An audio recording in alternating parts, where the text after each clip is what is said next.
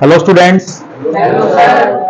सो बेटा स्टार्ट करते हैं हम class 10th chapter 1 chemical reaction and equation. तो केमिकल रिएक्शन एंड इक्वेशन के अंदर हम पहुंच चुके हैं two types of reaction based on heat. तो हीट रिलीज हुई या हीट एब्जॉर्ब हुई, उसके बेसिस पर हम देखेंगे टू टाइप्स की reaction. First one is exothermic, second one is endothermic.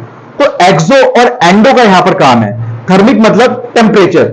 सो देखो एक बार, एक्सो मतलब रिलीज, एंडो और एंडो मतलब एब्जॉर्ब, थर्मिक मतलब हीट। एक्सोथर्मिक मतलब हुआ एक ऐसी रिएक्शन जिसके अंदर हीट रिलीज होती है, और एंडोथर्मिक ऐसी रिएक्शन जिसके अंदर हीट एब्जॉर्ब होती है। अब कॉमन सी बात सोचो, अगर किसी के अंदर हीट रिलीज होगी तो उसकी टेस्ट ट्यूब रिएक्शन के टाइम पर क्या हो जाएगी, गर्म, और जिसके अंदर हीट एब्जॉर्ब होती है वो टेस्ट ट्यूब ठंडी हो जाएगी। अब हम इसे रिप्रेजेंट कैसे करेंगे रिएक्शन के अंदर?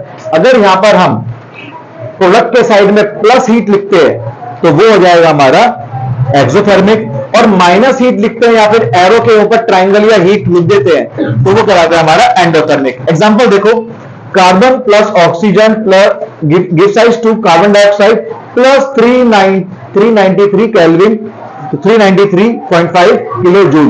अब यहां पर हमने प्लस लगाया, प्लस का मतलब हीट इज रिलीज्ड। अब ऐसे दूसरी क्वेश्चन देखो, N2 plus 3H2 gives rise to 2NO2 gas minus 180 kilo joule. अब माइनस 180 किलो जूल यहां पर माइनस क्या रिप्रेजेंट कर रहा है कि हीट इज एब्जॉर्ब। अब चाहो तो उसको माइनस लिख दो, चाहे यहां पर तुम एरो के ऊपर भी लिख सकते हो। Is it clear? चलो आगे देखते हैं हम ऑक्सीडेशन इन एवरीडे लाइफ। अब ऑक्सीडेशन हम जानते हैं, ऑक्सीडेशन क्या होता है, रिमूवल ऑफ हाइड्रोजन और एडिशन ऑफ ऑक्सीजन। तो ऑक्सीडेशन जो है ये हर जगह पर होता है क्योंकि हर जगह पर ऑक्सीजन भी है। तो हम इसको ऑब्जर्व करने के लिए एक फिनोमेना देखते हैं, इसका नाम है कोरोजन। तो कोरोजन का मतलब क्या होता है, जब कोई मेटल को तीन कंडीशन मिल जाए, we have three condition for corrosion. What we have, air, air के अंदर ऑक्सीजन, मॉइस्चर, मॉइस्चर के अंदर H2, और इंप्योरिटी, क्योंकि हमारे मेटल्स होते हैं थोड़ी बहुत इंप्योरिटी पाई जाती है। तो जब ये तीनों कंडीशन किसी भी मेटल को मिल जाती है तो उसके अंदर स्लो और ग्रेजुअल ऑक्सीडेशन होना चालू हो जाता है। स्लो मतलब धीरे धीरे, ग्रेजुअल मतलब लगातार। तो धीरे और लगातार उसमें ऑक्सीडेशन होता है, और उसके मेटल के ऊपर एक पतली सी लेयर जम जाती है, किसकी, मेटल ऑक्साइड की। तो हमने क्या देखा, slow and gradual oxidation of metal into metal oxide by the direct attack of air, moisture and impurity. तो यही हमारी डेफिनेशन बनी इसकी। अब इसका एग्जांपल देख सकते हैं हम कि आयरन पर रस्ट हो जाता है, द रस्टिंग ऑफ आयरन।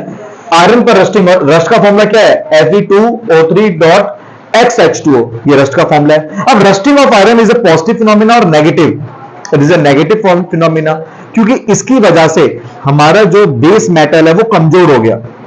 ठीक है, तो रस्टिंग जो कोरोजन है एक नेगेटिव फिनोमिना होता है। बड़े बड़े फ्लाईओवर्स होते हैं, ब्रिजेस होते हैं, लोहे के बनाए जाते हैं, तो वो गल जाते हैं धीरे धीरे इसकी वजह से।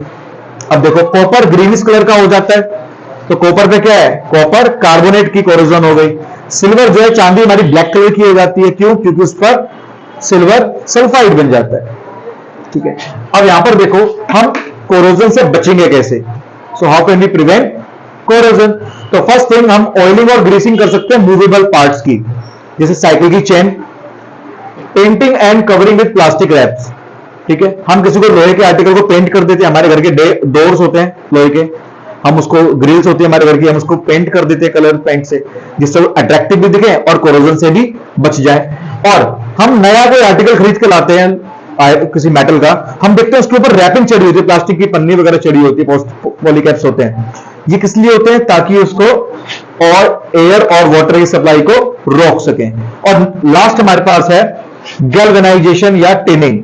गैल्वेनाइजेशन के अंदर हम किसी बेस मेटल के ऊपर जिंक की कोटिंग कर देते हैं, मतलब कि एक मोर रिएक्टिव मेटल की कोटिंग करते हैं हम लीस्ट रिएक्टिव मेटल पर।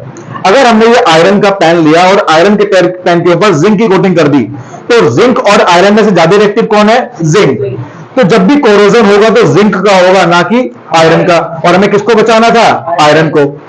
ठीक है, आई थिंक समझ में आया होगा। Thank you.